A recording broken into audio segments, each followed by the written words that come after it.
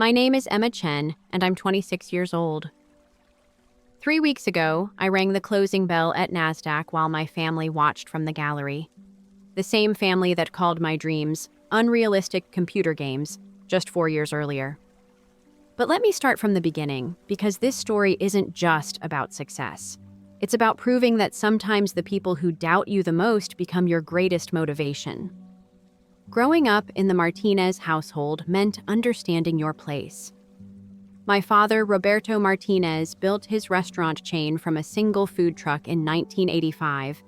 He's proud of his immigrant success story and believes deeply in traditional values. In our family, tradition meant one simple rule: men run businesses, women support them.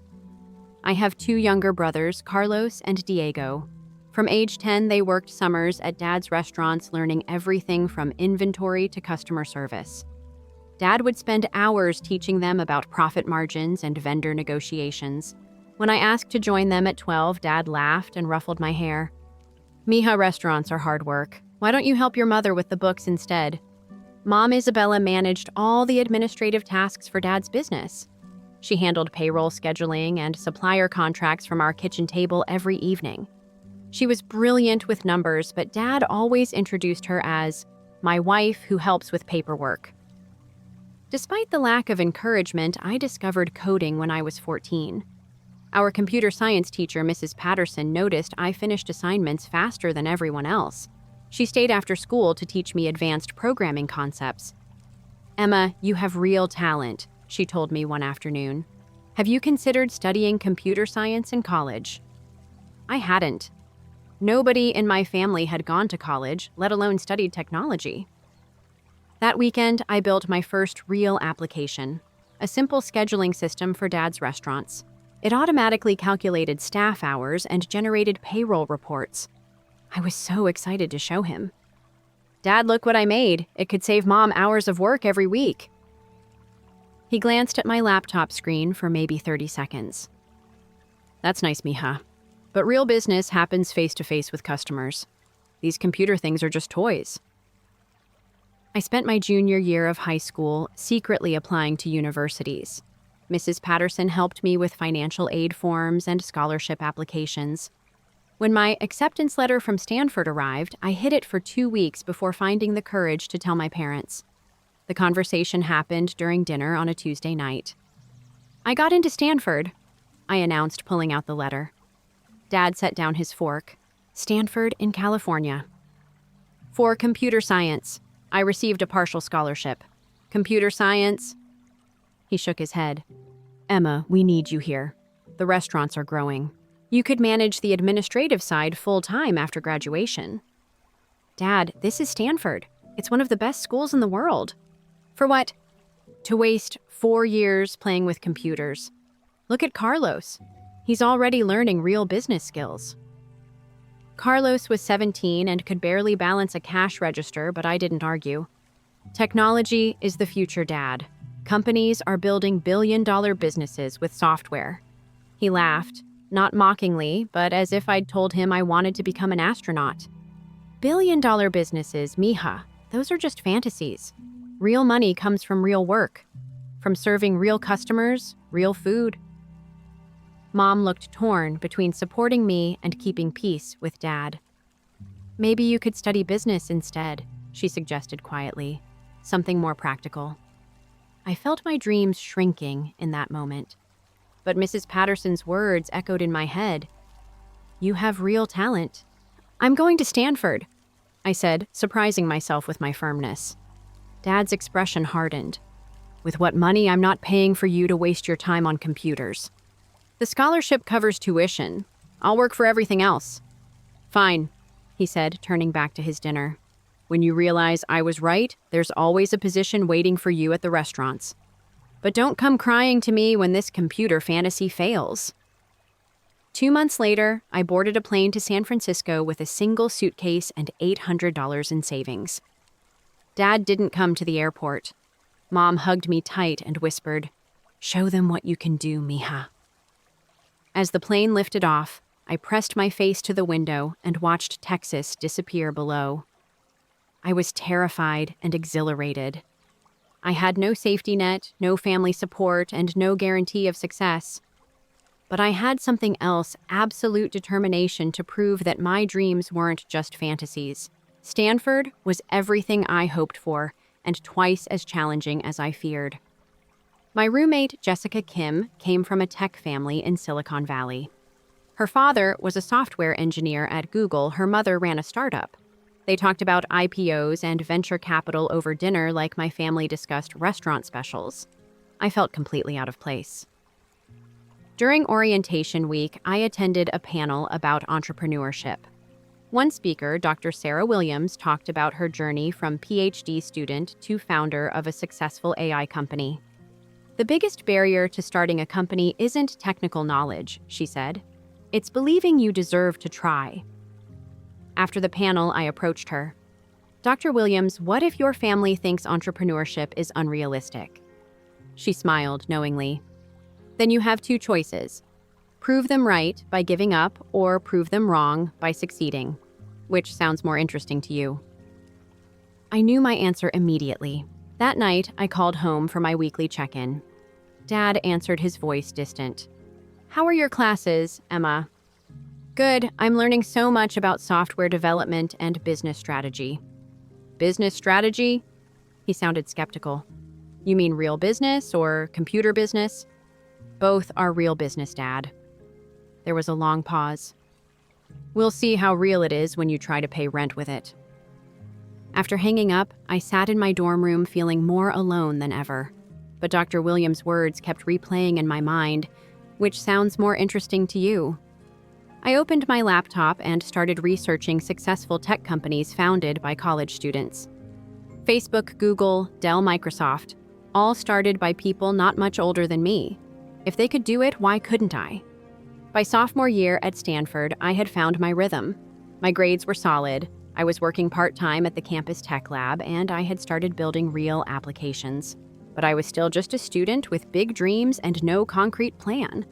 Everything changed during Professor Michael Chen's entrepreneurial computing class. He assigned us to identify a real problem and build a software solution. Most students chose simple campus issues like laundry scheduling or textbook sharing. I chose something bigger. Having grown up around restaurants, I knew the industry's biggest pain point: food waste. Restaurants throw away millions of dollars in inventory because they can't predict demand accurately. Ordering too much means spoiled ingredients. Ordering too little means lost sales and angry customers. My idea was FreshFlow, an AI system that analyzes weather patterns, local events, historical sales data, and seasonal trends to predict exactly how much inventory restaurants need each day. I spent 3 weeks building a prototype, testing it with data from Dad's restaurants that I had memorized from years of watching Mom do inventory. The results were incredible. My system could reduce food waste by up to 40% while ensuring restaurants never ran out of popular items. Professor Chen was impressed. Emma, this isn't just a class project. This is a real business opportunity. Have you considered applying to our startup incubator program? I hadn't even known Stanford had an incubator program. The application deadline is next week, he continued. I'd be happy to write you a recommendation. That night, I called my roommate Jessica's father for advice. Unlike my family, he understood the tech world. Emma, predictive analytics for restaurants is brilliant, he said. The market is huge and the problem is real. You should definitely apply. I worked for 72 straight hours on my incubator application, surviving on energy drinks and determination. The application required a business plan, market analysis, technical specifications, and a presentation video. Recording that video was terrifying. I had to stand in front of a camera and explain why a 19-year-old college student could build a multi-million-dollar business. But something magical happened when I started talking about FreshFlow. My nervousness disappeared. I wasn't just a student anymore. I was a founder with a vision. 2 weeks later, I got the call. I was accepted into Stanford's startup incubator with $25,000 in seed funding.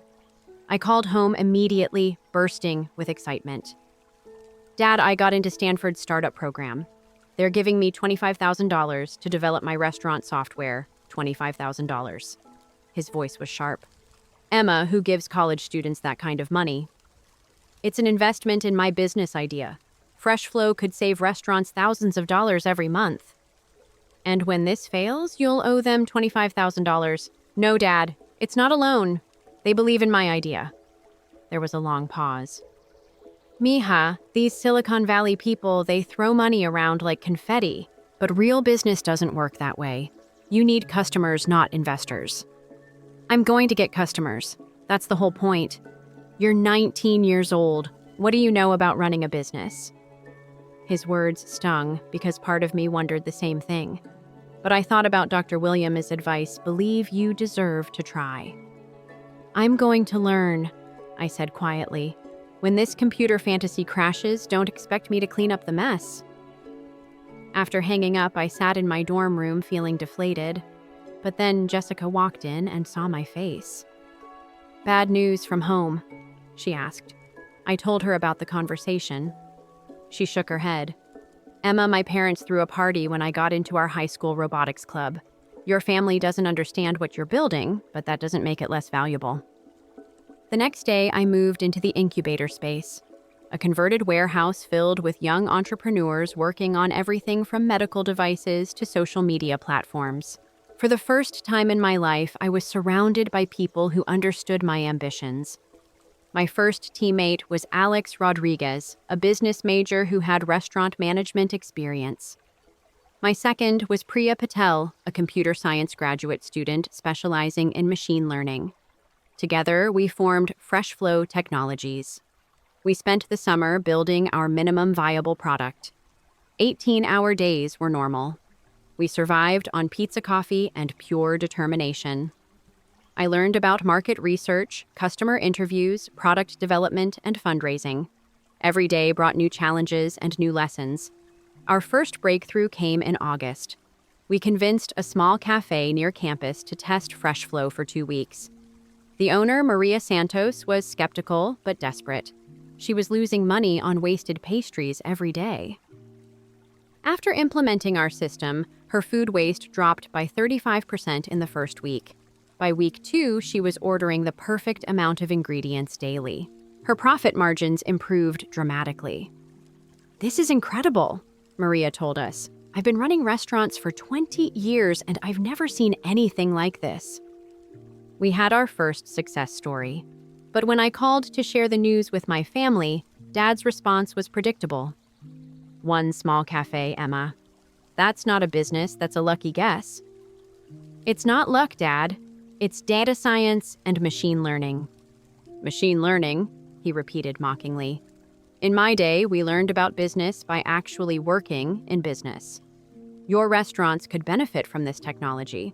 I could show you my restaurants are doing fine without computers making decisions for me. I realized then that convincing my father would require more than one success story. I needed undeniable proof that FreshFlow worked at scale. That became my mission.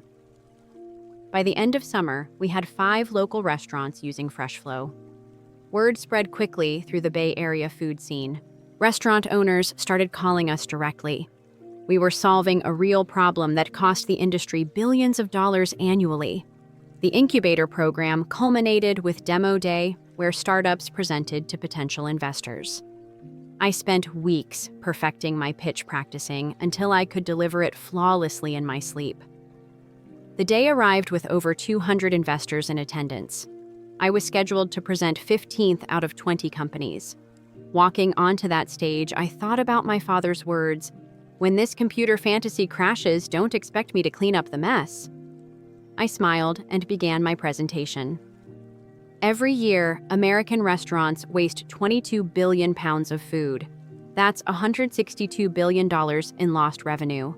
My name is Emma Chen, and FreshFlow is going to solve this problem. I explained our technology showed our results and presented our growth projections. The audience was engaged, asking thoughtful questions about scalability and market penetration. When I finished, the applause was genuine and enthusiastic. 3 investors approached me immediately after my presentation. By the end of the week, we had term sheets for $500,000 in Series A funding from Venture Capital Partners, one of Silicon Valley's most respected firms. I was 20 years old with a real company, real investors, and real momentum. That night, I called home with news I thought would finally impress my father. Dad, FreshFlow just raised $500,000 in venture capital funding. Silence. Dad, $500,000 from strangers who've never run a restaurant. From professional investors who see the market opportunity. Emma, these investors, they're not giving you free money. They want something in return. What happens when you can't deliver what they expect? For the first time, I felt genuinely angry. What happens is I build a successful business that helps restaurant owners like you save money and reduce waste. But you'll never see it because you refuse to believe I can succeed. I'm trying to protect you from disappointment. No, Dad. You're trying to protect yourself from being wrong about me. The truth hung in the air between us. When you're ready to see what I've built, I said finally, you know where to find me. I hung up and looked around our small office space. Charts covered the walls showing customer growth and revenue projections. My teammates were debugging code and planning our expansion into Southern California markets. This wasn't a fantasy anymore. This was real business with real results, and we were just getting started. With $500,000 in funding, FreshFlow transformed from a college project into a real company. We moved into a proper office space in Palo Alto, hired our first employees, and began aggressive expansion across California. The next 18 months were a blur of growth challenges and sleepless nights. We scaled from 5 restaurants to over 200 clients, including several major chains. Our AI algorithms became more sophisticated, incorporating everything from social media trends to local traffic patterns. But success brought unexpected problems. Our biggest crisis hit in month 14.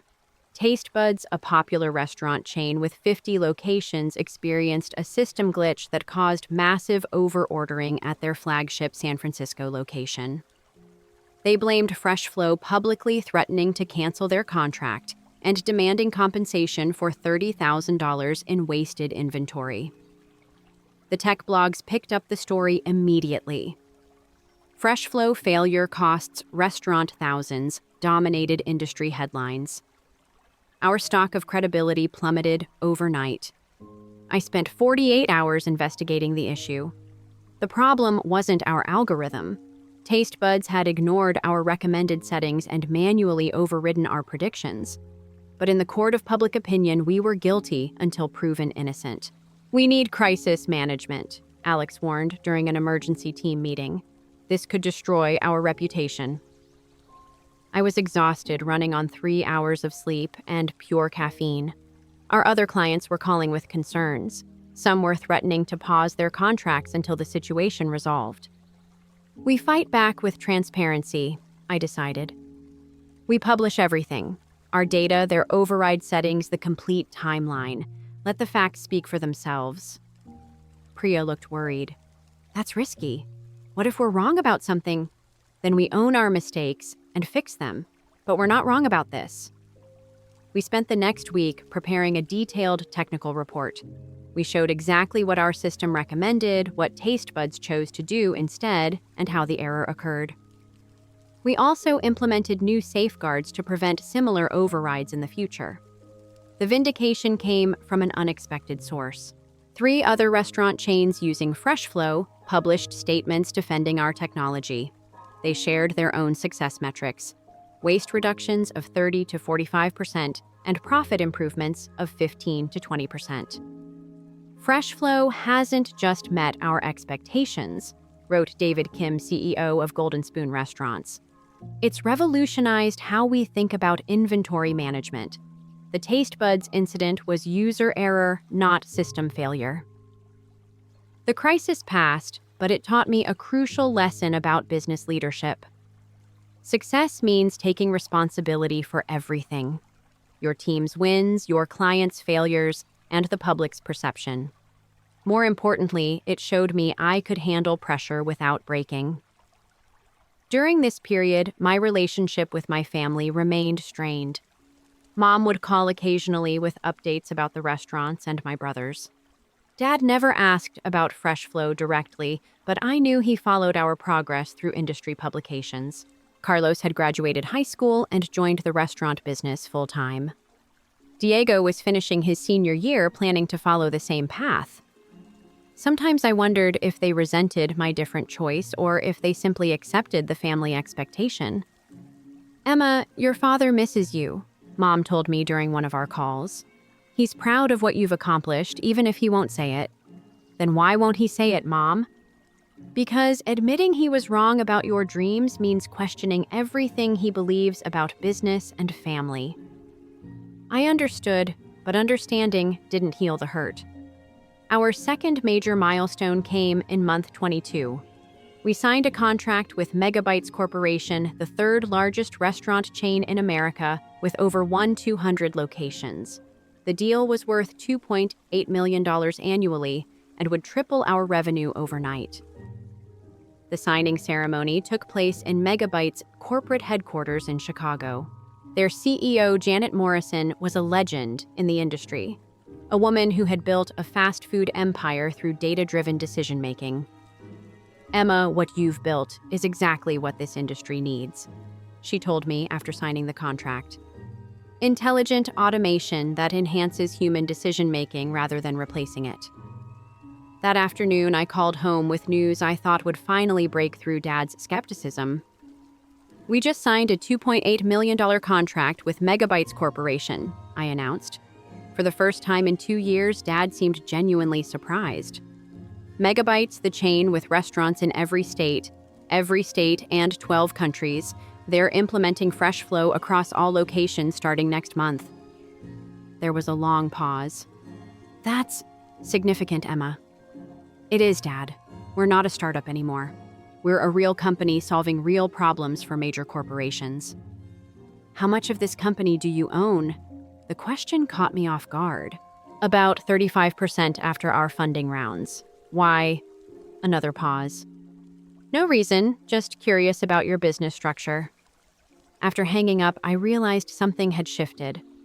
For the first time, Dad was asking about my company like it was a legitimate business rather than a hobby. The Megabytes implementation was flawless. Within 60 days, their food waste decreased by 38% system-wide. Their quarterly earnings call specifically mentioned Fresh Flow as a key driver of improved margins. Word spread rapidly through the industry. Our phone started ringing with inquiries from restaurant chains across North America and Europe. We were growing faster than we could hire qualified staff. "We need more capital," Priya announced during a team meeting. "Series B funding to support international expansion." I had learned enough about venture capital to know that Series B rounds were different from seed funding. The stakes were higher, the valuations more complex, and the investor expectations more demanding. We spent 3 months preparing our pitch deck and financial projections. Our metrics were impressive. 300 plus in clients, $8.2 million in annual recurring revenue, 90% customer retention rate, and proven scalability across different restaurant formats. The funding process was intense. We pitched to 12 different venture capital firms over 6 weeks. The questions were sophisticated, focusing on market size, competitive advantages, and long-term strategy. 2 firms emerged as serious contenders. Summit Ventures offered $5 million at a $45 million valuation. Peak Capital offered $7 million at a $40 million valuation. "Take Summit's deal," Alex advised. "Higher valuation means less dilution of your ownership." "But Peak's offer gives us more capital to execute our expansion plans," Priya countered.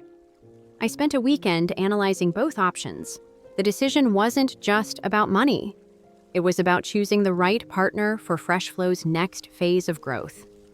Peak Capital had more experience with international expansion and restaurant industry expertise. Their portfolio included 3 successful food tech companies. Summit Ventures offered better terms but less relevant experience. I chose Peak Capital. The announcement of our $7 million Series B funding made TechCrunch's front page. FreshFlow raises $7 million to eliminate restaurant food waste globally, read the headline. That evening, my phone rang. Dad's name appeared on the screen. Emma, I saw the news about your funding round. $7 million, Dad, from one of Silicon Valley's top venture capital firms. I've been doing some research on your company, he said quietly. The reviews from restaurant owners are very positive. This was new, Dad researching my business voluntarily. We've helped our clients save over $50 million in food waste costs, I told him. It's not just good business, it's good for the environment too. Your mother thinks I should visit your office sometime, see what you've built. I almost dropped the phone. You want to visit FreshFlow? Maybe, if you wouldn't mind showing your old man around. Tears stung my eyes. After 3 years of skepticism and dismissal, Dad was finally ready to see my world. I'd love that, Dad. I'd really love that. 2 weeks later, Roberto Martinez stepped off a plane at San Francisco International Airport. He was about to see firsthand what his daughter had built while he wasn't paying attention. Dad's visit to FreshFlow was scheduled for a Tuesday morning in March. I barely slept the night before, alternating between excitement and anxiety. After 3 years of building something he dismissed as fantasy, I was finally going to show him what I'd accomplished. I arrived at the office 2 hours early to make sure everything was perfect. Our headquarters had grown to occupy 2 floors of a modern building in downtown Palo Alto. The walls displayed client testimonials, growth charts, and awards we'd won from industry associations. At 10 a.m. sharp, I met Dad in the lobby. He looked smaller than I remembered, slightly overwhelmed by the bustling tech environment around him. But his eyes were alert, taking in every detail.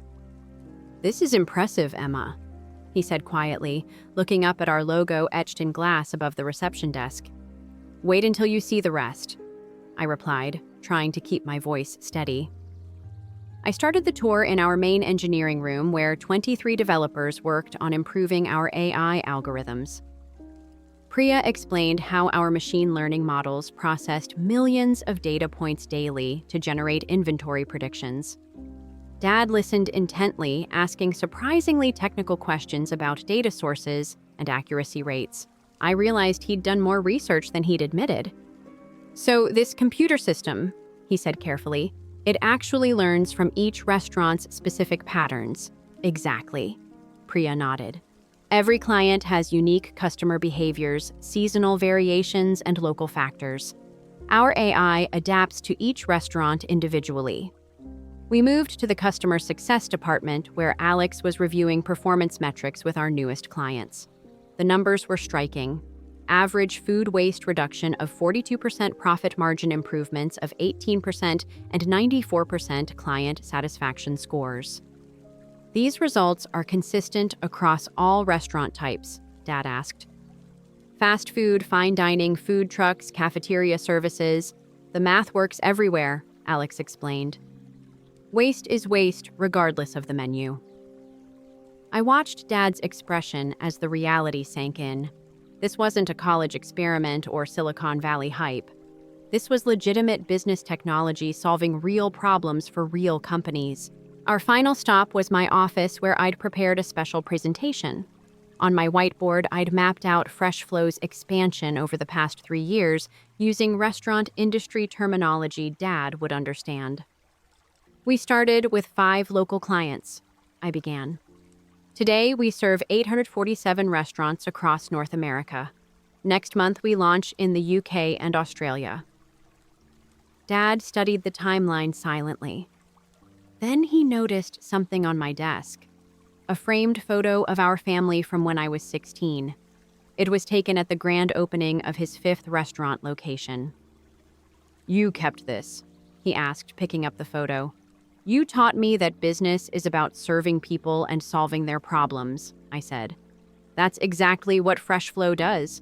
We just use different tools than you do." For the first time in years, Dad looked at me without skepticism or dismissal. There was something new in his expression. Respect. "Emma, I owe you an apology. the words I'd waited 3 years to hear. "I was wrong about your dreams," he continued. "I thought technology meant abandoning real business principles. But what you've built, this is real business. Better business." Tears threatened, but I held them back. "I learned those principles from watching you, Dad. Customer service, problem solving, attention to detail. You taught me all of that." He nodded, slowly. "Your mother was right. She said I was too stubborn to see your potential." We talked for 2 hours about business, family, and the future. Dad shared stories about his early struggles building the restaurant chain. I told him about the sleepless nights, failed pitches, and moments when I'd almost given up. The hardest part wasn't the technical challenges, I admitted. It was believing I deserved to succeed when my own father thought I was wasting my time. Dad's face crumpled slightly. "I was trying to protect you from disappointment. I'd seen so many young people chase impossible dreams and get crushed. But you never gave me the chance to try." "No," he agreed. "I didn't, and I'm sorry for that." Before leaving, Dad asked about FreshFlow's business model and growth projections. I showed him our revenue forecasts and explained our expansion strategy. "Have you considered going public eventually?" he asked. The question surprised me. "An IPO. We're not ready for that yet. Maybe in a few years if we continue growing at this pace." "When you do," he said seriously, "I want to be your first investor." I stared at him. "Dad, you don't invest in tech companies." "I invest in my daughter's success," he corrected. "I should have done it 3 years ago." That evening, Dad joined our team for dinner at a local restaurant.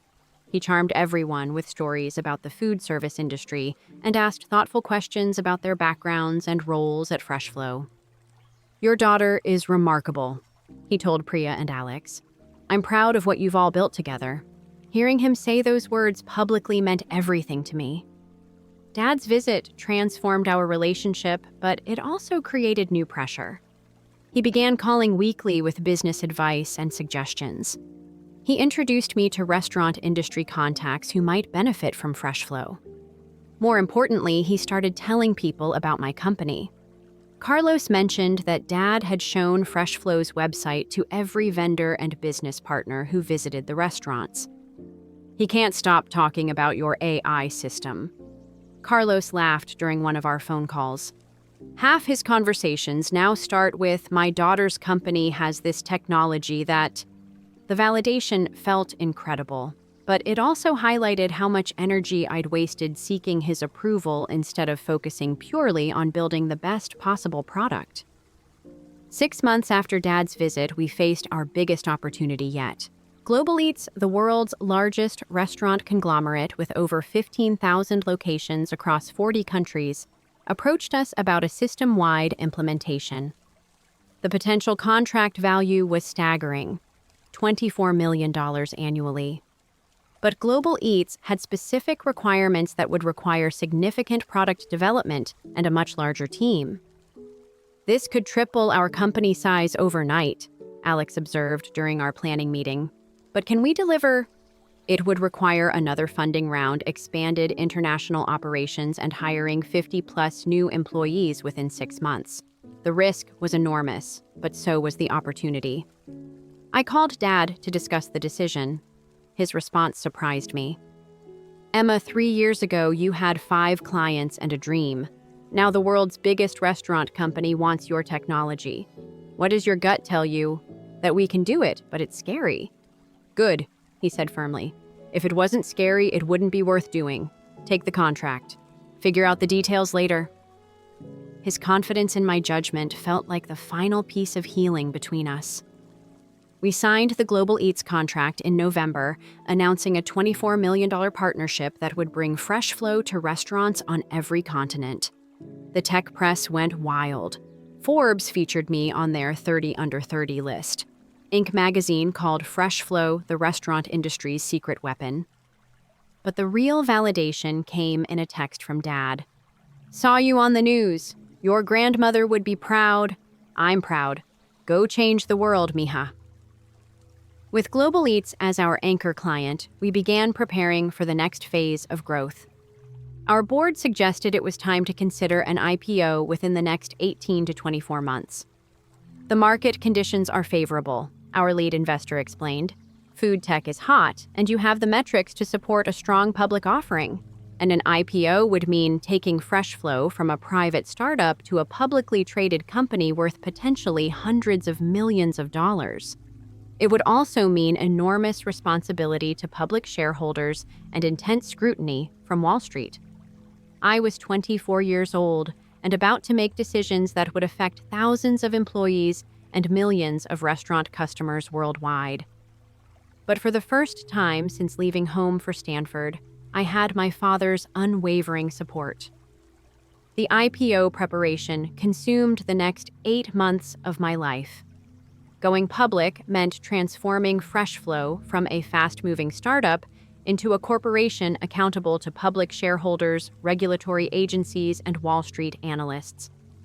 Our first challenge was assembling the right team.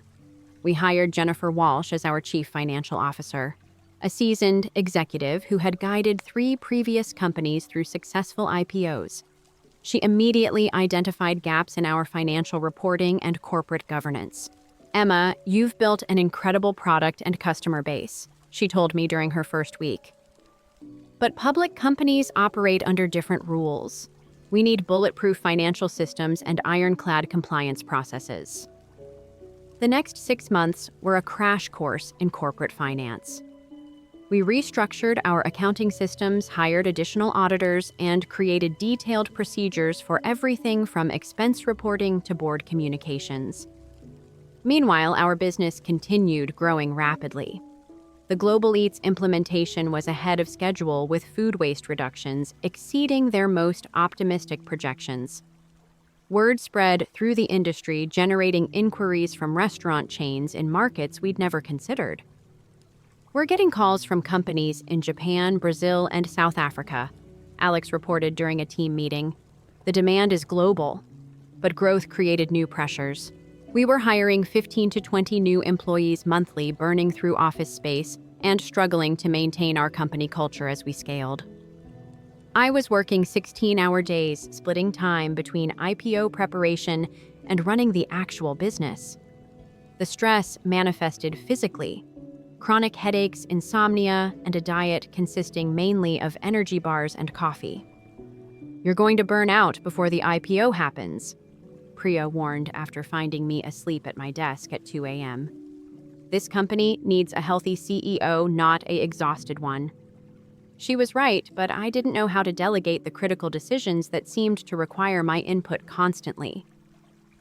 The breakthrough came when Dad visited our offices again in June. He noticed immediately that something was wrong. "Miha, you look terrible," he said bluntly during lunch. "When did you last take a real day off?" I couldn't remember. "Running a business isn't a sprint," he continued. "It's a marathon. You need to pace yourself or you'll collapse before the finish line." "But there's so much to do. The IPO paperwork, investor meetings, product development. That's why you hire good people. Trust them to handle what they're capable of handling." His advice reminded me of Jennifer's similar suggestions. I was micromanaging decisions that my team could handle independently, creating bottlenecks that slowed everything down. I began delegating. Jennifer took charge of IPO finances, Alex led market expansion, Priya oversaw product and engineering. For the first time in months, I could focus on strategy. By August, we'd chosen underwriters Goldman Sachs as lead, Morgan Stanley, and JP Morgan as co-managers. The roadshow prep was intense, refining our pitch, mastering every number. Investors will challenge everything our banker warned. Our 247-page S1 laid bare every risk, competition, tech disruption, regulation. Sobering, but it sharpened our strategy. My family grew more involved. Dad called weekly. Mom visited twice. Carlos and Diego used FreshFlow at Dad's restaurants. Then Dad surprised me. "I want to invest $100,000, not in the stock, but in you." In October, the banker set our IPO at $20 per share, valuing us at $980. The order book was oversubscribed 300%. The next morning in New York, pre-market was at $28 unicorn status before opening bell. At 9:30 a.m., I rang the NASDAQ bell. We opened at $31, closing the day worth $1.52. That night, Restaurant Max's CEO called about a merger. I declined. Dad toasted, "She didn't just prove me wrong, she proved persistence beats doubt." 6 months later, our stock was $48 in 25 countries, serving 3,000-plus restaurants. I launched the 100 Milder Chen Foundation for first-gen tech students. Our team was 47% women, 23% first-gen grads. Looking back, the struggle for my father's approval taught me resilience and self-belief. The billion-dollar valuation was sweet, but knowing my worth without anyone's validation was the real win.